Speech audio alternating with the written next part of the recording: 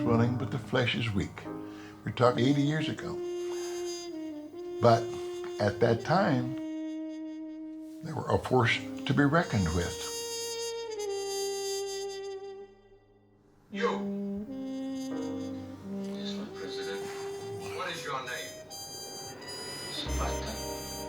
What is it? Emiliano Zapata. Sparta. My children, I'm your father, your protector. I'm of your blood.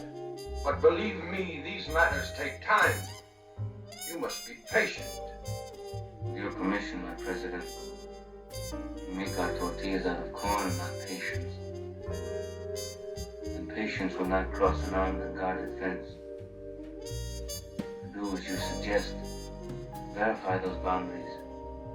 We need your authority to cross that fence. I cannot possibly exercise such authority. Would you advise it? I can only advise. And naturally, my president, we will do as you advise. For 7 years, from 1942 to 1949, there was a 3rd Marine Corps boot camp for black Marines. It was Montford Point, Camp Lejeune in Jacksonville, North Carolina. This was for 2 reasons. The number 1 reason was the leadership in Washington, D.C. did it under the guise of what was thought to be a brief experiment, expecting that it would soon fail, that blacks could not measure up to the rigid standards of the Marines. And at that point, they would be able to say, well, we tried. We told you it wouldn't work. Then the issue of blacks in the Marines would be over. Also existing Jim Crow laws of the country forbid the mixing of blacks and whites, even in the military.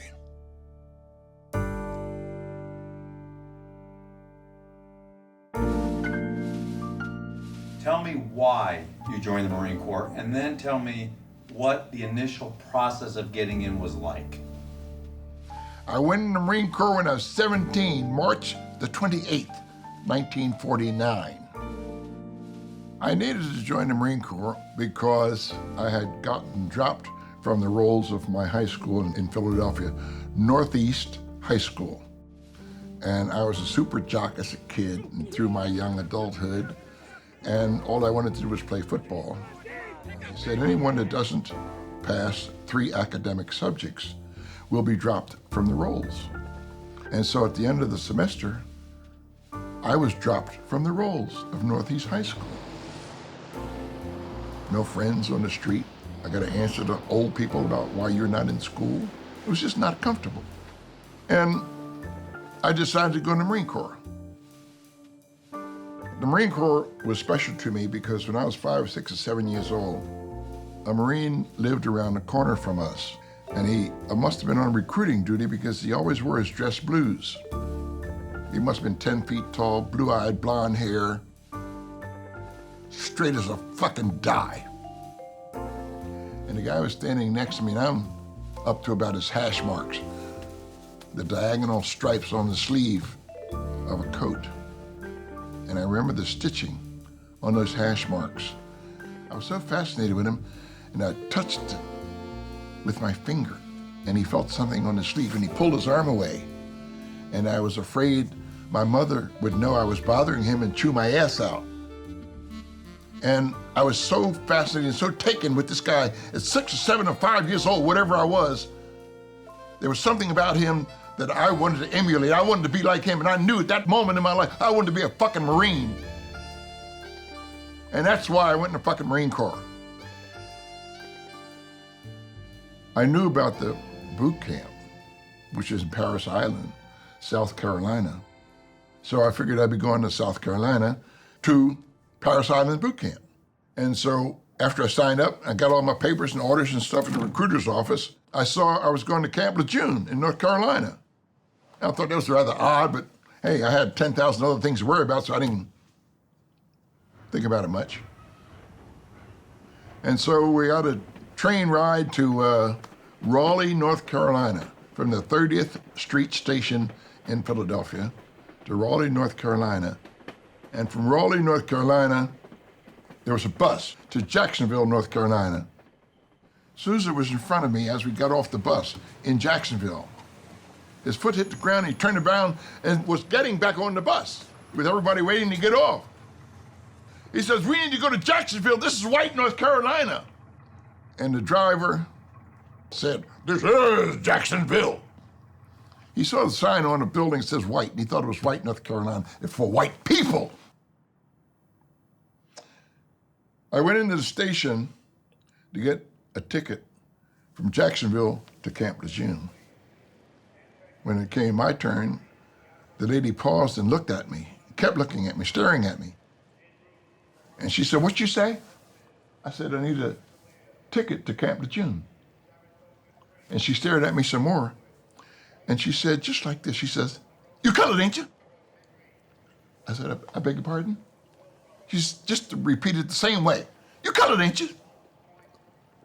And after I unscrambled what she said, kind of smiled because it was a bit humorous. I said, "Yes, you know." Then she said, "Oh, you have to go around the side." Just like that. Got in there, black side. Broken tiles on the floor. 2 and 3 maroon-colored old movie seats in disarray on the floor. Broken down counter. There's a guy frying some hamburgers, and after about 5 minutes, he came around, asked if we needed a ticket. We said, yeah. So he gave us the ticket, gave him the quarter, and the quarter was taped to our orders from the recruiter in Philadelphia. And that's what the quarter was for. The bus ride from Jacksonville to Camp Lejeune. And that was the beginning of my Marine Corps existence.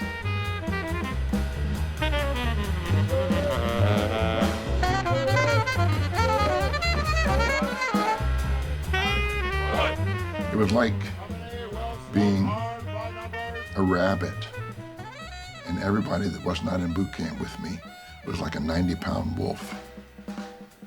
That's what it was like. Give me an example. I'll give you an example. Harry Rhodes was in my platoon in boot camp. He always talked about being an actor. He was a good-looking guy. Had chiclets for front teeth. Let's go for $5. And Sergeant Shaw was our senior DI. And he inspected us every Monday morning. This particular morning, he went up to Harry Rhodes, said, "Did you shave this morning, boy?" He said, "Yes, sir." He says, "Looks like you stood too far back from your razor to me."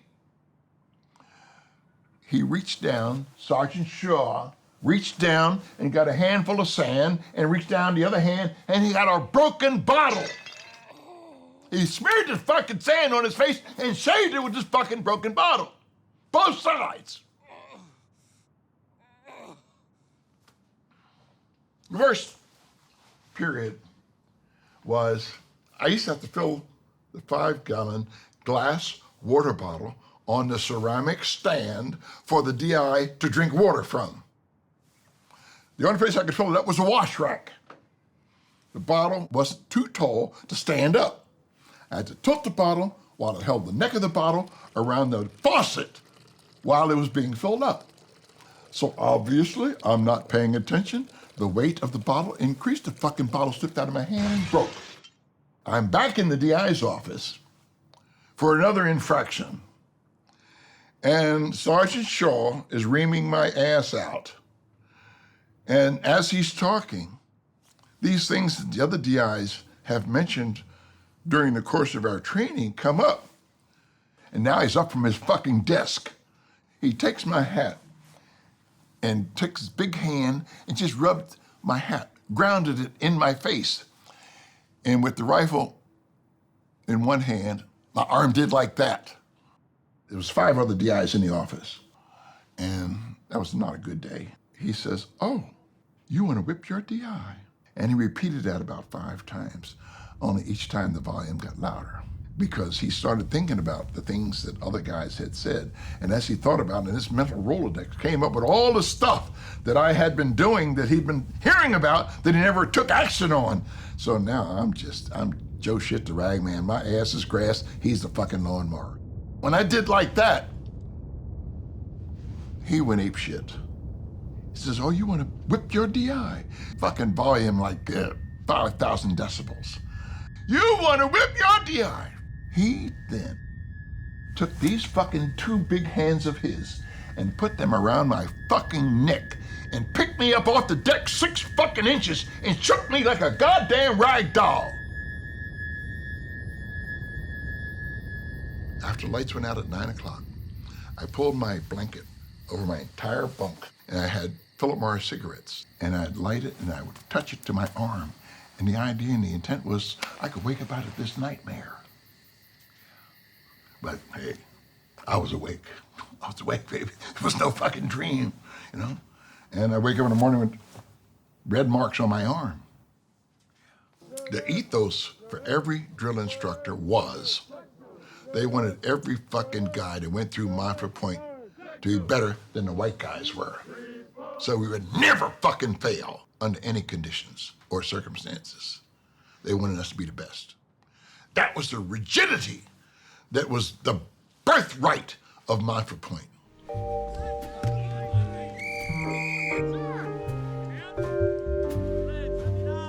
I played football for MCRD and Camp Lejeune early. There's some good days because all we did was play football. I was TAD to San Diego, the Marine Corps Recruit Depot, to the football team. Every once in a while, somebody knows me in front of you, just calls me Hands, because that's been my nickname since Christ was a corporal. You know, Hands, hey, Hands! You know, it's always been Hands. And from football days. The worst duty station I had was in the Philippines. My commanding officer busted me from Corporal E4 to Private E1. And it was inappropriate. But the interesting thing, as a side note, it had nothing to do with race. Race was a completely non-issue. He had it in for me because I wanted to leave the squadron when we were overseas to go and play football at another base. After we discussed it, he said, well, I'll tell you what, Culmer, you think about it, come back and let me know tomorrow what your decision is. And so the next day at 1300, I'm in his office, Archie J. Clapp. I said, Colonel Clapp, with all due respect, sir, I would really still like to go and play football. And he went fucking ballistic ape shit. He slammed his fucking fist down with a goddamn big black cigar. And he said, well, you're not going, Culmer. He told me the day before, I'm the best crew chief in the fucking squadron. 24 airplanes. I was the best crew chief in the squadron. So today, he takes me off of my airplane, no flight pay, puts me in the compartment. I'm police sergeant for 3 fucking months. And he ended up with, the next time you stick your neck out, Culmer, I'm gonna cut it off. I'm gonna chop it off. So 2 months later, Cinderella Liberty is when enlisted people have to be on the base by 12 midnight. I'm 20 minutes late. This fucking word from the goddamn lousy stinking swab jockey at the fucking gate turned my ass in for being 20 minutes late. Archie Clapp gets the word. He gives me a fucking summary court. There's 3 court-martials, general, special, and a summary. Summary's lowest. It's a ready room where we're holding this summary court. All the pilots are in there, no enlisted people. I read up on it, and it said in the summary court-martial, one of the options the accused has is if you choose, you can stand mute. I'm 20 minutes late. I mean, it's cut and dry. I'm fucking late coming in off liberty. Okay, there's no arbitration there. I said, sir, I stand mute. This was supposed to be a experience for the pilots to see how a summary court-martial goes as the accused presents his case and the presiding officer makes a decision based on the information that's presented. Well, all of that was shortcut when I said, I stand mute, sir. And he tried several times to get me to speak. So his decision was a fucking Corporal E4. I'm reduced to fucking private, 14 days in a goddamn brig, and forfeiture of paying allowances for the same period of time. It's interesting.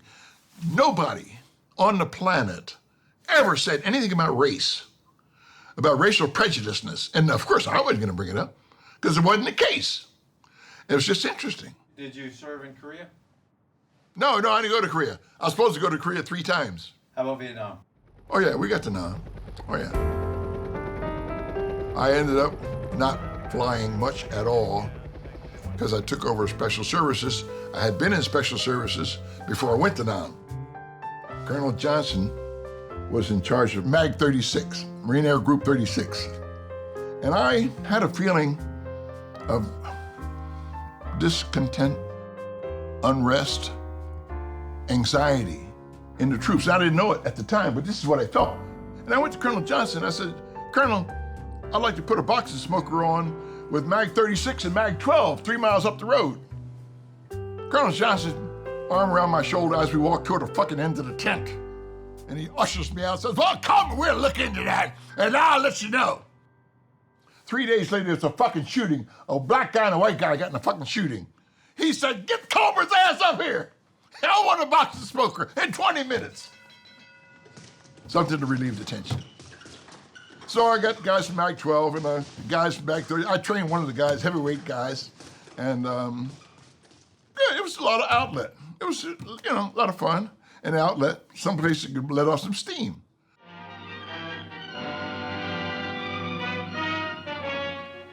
I am Dracula.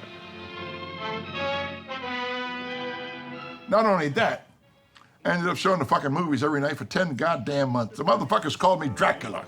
Because when the fucking sun goes down, I gotta go show the fucking movie. Yeah, so that was my tour in fucking Nam. So when you retired, you went to work for the VA. What did you do for the VA and what was that like? I mean, that's a lot of service to country.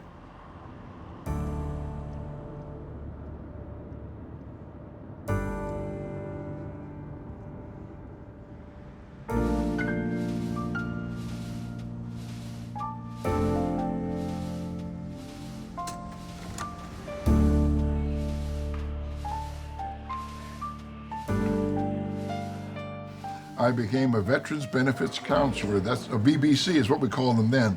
Now it's a service officer, same job. I did that for 10 years. And after 10 years, I got that itch, man, and got on my motorcycle. I rode from Los Angeles to Philadelphia. When I got back, the guy who was at the Veterans Administration Hospital, West Los Angeles, in charge of the post-traumatic stress disorder program, said he wanted me to come and work for him back in the VA. I just had a sense and a knowledge about people and when they're stressed and sometimes the level of the stress. And that's where I would dig.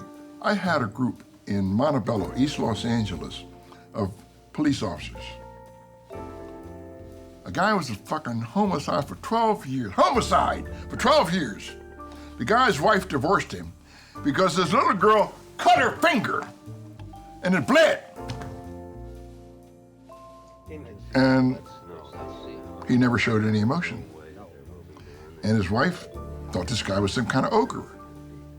But after 12 years in homicide, for Christ's sakes, seeing body parts and everything else you can imagine he saw, plus Vietnam, he didn't generate any emotion that he should have based on his wife. And for that reason, she divorced him. Thought he was a fucking cold animal. You don't know that you have post-traumatic stress disorder. You think it's okay. You think you're fine. You think you're okay. And you might have this thought or that thought a little bit, but that's minimal. I can handle that, but I'm okay. And so, again, that comes under denial, I guess, not being knowledgeable about what post-traumatic stress disorder is, you see. Because they may have these symptoms, but if they don't know these symptoms are a part of this big picture, then they're really not being in denial. They're simply not knowledgeable that what they're experiencing comes under the heading or the label of post-traumatic stress disorder. But yeah, I'd say listen to everybody that wants to help, other than the dude at the bar. And don't poo-poo it. And keep listening, even if it's not what you want to hear. Listen for the next guy or the next woman that wants to tell you about that. Same pocket.